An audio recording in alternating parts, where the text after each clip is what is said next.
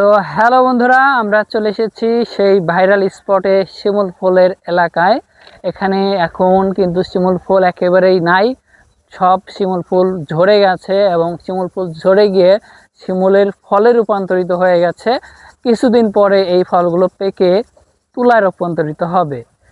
এখন সতর্কতার বিষয় হচ্ছে, আমাদের এই ঘাটিনা ব্রিজ এলাকায় সবসময় ভিড় লেগে থাকতো যখন এখানে অনেক শিমুল ফুল ছিল, এবং তারই ধারাবাহিকতায় এই শিমুল ফুলের এলাকায় বেশ কয়েকটা ঝুঁকিপূর্ণ ব্যাপার ঘটেছে, দুর্ঘটনার ব্যাপারও কিন্তু ঘটে গিয়েছে।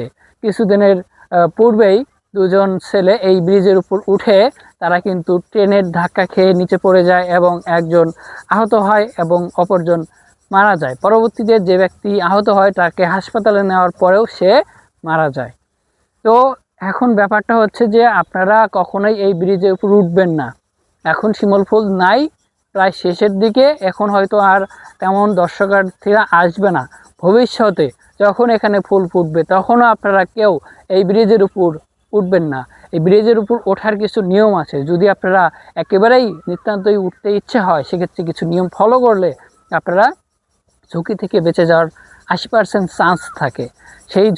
সেই নিয়মগুলো কি কি? সেই নিয়মগুলো হচ্ছে যে আপনারা যখন এই ব্রিজের উপর উঠবেন, ব্রিজের উপর ওঠার পূর্বে আপনাকে শুরুতে দুই পাশে, ট্রেনের দুই পাশে, এই পাশে এবং এই পাশে, দুই পাশ থেকে কিন্তু ট্রেন আসতে পারে। দুই পাশ থেকে আপনাকে লক্ষ্য করতে হবে যে আশেপাশে কোথাও ট্রেন দেখা যাচ্ছে কি না। যদি ট্রেন দেখা না যায় তাহলে আপনি ব্রিজের উপর ওঠার জন্য এগিয়ে যেতে পারেন।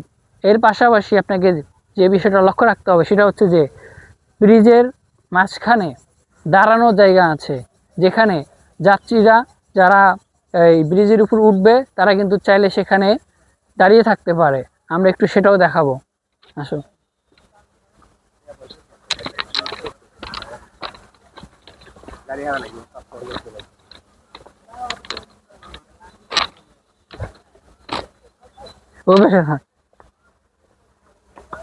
এই যে আপনারা দেখতে পাচ্ছেন এখানে একটা দাঁড়ানোর মতো স্পট আছে, এটা একটা পিলার, ওইখানে একটা পিলার আছে এবং এই পিলারগুলো পরবর্তীতে ওই যে ওখানে একটা জায়গা আছে, খাঁচার মতো আছে, যেখানে মানুষ চাইলে দাঁড়াতে পারবে।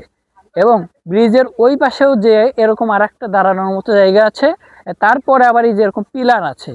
তো আপনাদের যদি নিতান্তই খুবই আগ্রহ জাগে এই ব্রিজ উপর উঠবেন আপনারা, সেক্ষেত্রে যেটা করবেন, আপনারা ব্রিজ থেকে এগিয়ে যাওয়ার পরে ওই পিলারের ওখানে যখন দাঁড়াবেন তখন আপনারা ওখানে দাঁড়িয়ে অপেক্ষা করবেন এবং দুই পাশে পুনরায় চেক দেবেন যে কোনো পাশ থেকে ট্রেন আসতেছে কি।